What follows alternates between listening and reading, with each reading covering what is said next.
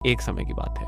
एक राज्य था जो बाहर से तो समृद्ध दिखाई देता था, लेकिन भीतर से धीरे धीरे खोखला होता जा रहा था। खेत थे पर उनमें हल नहीं चलता, घर थे पर उनमें चूल्हे ठंडे पड़े हुए थे।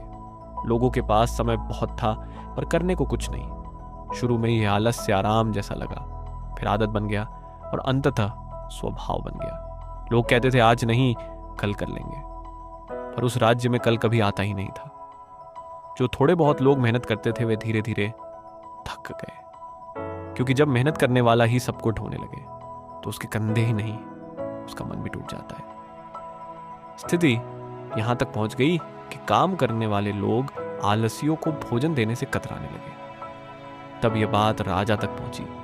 राजा ने देखा कि समस्या केवल पेट की नहीं है, यह चेतना की समस्या है। कुछ दिनों बाद सभी आलसी इकट्ठा हुए और राजा के दरबार में जा पहुंचे। उनके स्वर में लज्जा नहीं थी बल्कि अधिकार का भाव था। उन्होंने कहा कि महाराज आप बहुत दयालु हैं, हमारे लिए एक ऐसा स्थान बनवा दीजिए जहां हमें काम ना करना पड़े, जहां भोजन और विश्राम की पूरी व्यवस्था हो जाए। राजा ने उन्हें देखा, परखा और फिर एक आश्रम बनवाने का आदेश दे दिया। आश्रम बन गया, भोजन समय पर मिलने लगा, बिस्तर मुलायम थे और किसी से कोई काम नहीं मांगा गया। आलसी संतुष्ट थी, उन्हें लगा कि जीवन का उद्देश्य पूरा हो गया है। दिन बीतने लगे। एक दिन राजा बिना किसी सूचना के उस स्थान पर पहुंच गया। उसने चारों ओर देखा, नींद में डूबे हुए शरीर, निष्क्रिय चेहरे और खाली आंखें। फिर उसने एक सिपाही को इशारा किया और आश्रम के एक हिस्से में आग लगवा दी। आग की लपटें उठते ही अफरा तफरी मच गई। जो लोग महीने से उठे नहीं थे वे दौड़ पड़े। कोई चीख रहा था, कोई गिर रहा था, कोई रास्ता खोज रहा था। सब बाहर की ओर भाग रहे, लेकिन आश्रम के भीतर दो लोग वैसे ही पड़े रहे। जब आग की गर्मी एक की पीठ तक पहुंची तो उसने बगल में लेटे हुए दूसरे व्यक्ति से कहा कि मुझे कुछ जलन सी महसूस हो रही है, जरा देखो क्या हो रहा है। दूसरे ने आंख तक नहीं खोली और इतना कहा कि दूसरी तरफ करवट ले लो और सो जाओ। राजा यह सब देख रहा था। उसके चेहरे पर कोई क्रोध नहीं था, ना ही दया, केवल समझ थी। उसने सिपाहियों से कहा कि जाओ आग बुझाओ। फिर उसने उन दो लोगों की ओर देखा और बोला कि इन्हें यहीं रहने दिया जाए। मंत्री चकित थे, लेकिन राजा ने कहा कि यह लोग आलसी नहीं है, यह चेतना शून्य है। इनसे ना राज्य को कोई लाभ है और ना ही हानि। इन्हें काम पर लगाना भी व्यर्थ है, क्योंकि इनके भीतर काम करने की इच्छा ही नहीं। जीवन भी समाप्त हो चुका है।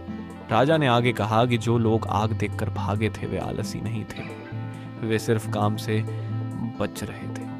संकट ने उनकी नींद तोड़ दी थी। ऐसे लोग सुधारे जा सकते हैं, इन्हें दिशा दी जा सकती है और आवश्यकता पड़े तो उन्हें काम की आदत भी डलवाई जा सकती है। लेकिन जिनकी चेतना ही सो चुकी है उनसे कोई प्रयोजन नहीं रह जाता।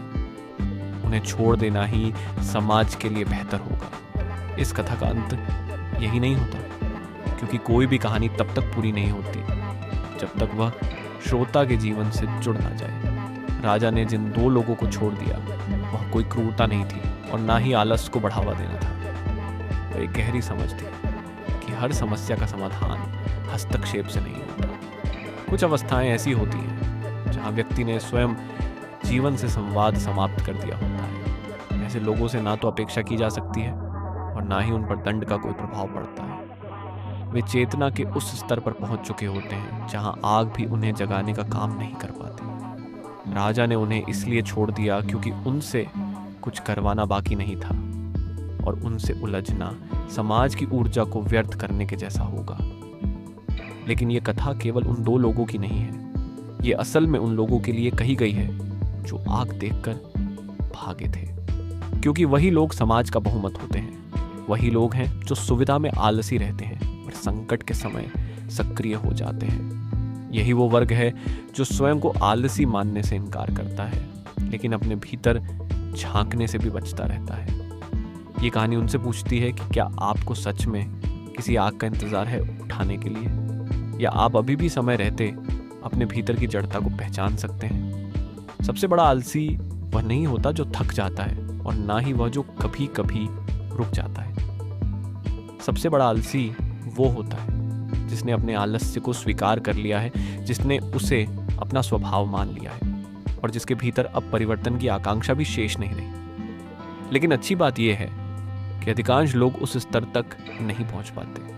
अधिकांश लोग बस आदतों के बोझ के तले दबे रहते हैं और आदत बदली जा सकती है, चेतना जगाई जा सकती है। यदि व्यक्ति ईमानदारी से यह स्वीकार कर ले कि आलस्य उसका शत्रु है, मित्र नहीं। ये कथा हमें यह दिशा देती है कि अपने जीवन में आग लगने की प्रतीक्षा मत कीजिए। स्वयं से प्रश्न कीजिए कि आप किस मोड़ पर टाल मटोल कर रहे हैं, कहाँ आप सुविधा को प्राथमिकता दे रहे हैं और कहाँ आप अपने भीतर के डर को आलस्य का नाम दे रहे हैं। जिस दिन यह पहचान हो जाती है, उसी दिन परिवर्तन की शुरुआत भी हो जाती है। राजा ने समाज को यही सिखाया था कि हर व्यक्ति को उठाने की जरूरत नहीं होती, लेकिन हर व्यक्ति को स्वयं उठने का अवसर अवश्य मिलना चाहिए। इस कहानी का सबसे बड़ा संदेश यही है कि आलस्य को पहचानना ही उस पर विजय पाने का पहला और सबसे सशक्त कदम है। क्योंकि जो अपने आलस्य को देख सकता है वो उससे बाहर भी निकल सकता है, और जो नहीं देख पाता वो आग के बीच में भी सोता रहता है। यही अंतर तय करता है कि कौन सुधरने योग्य है और कौन केवल छोड़ देने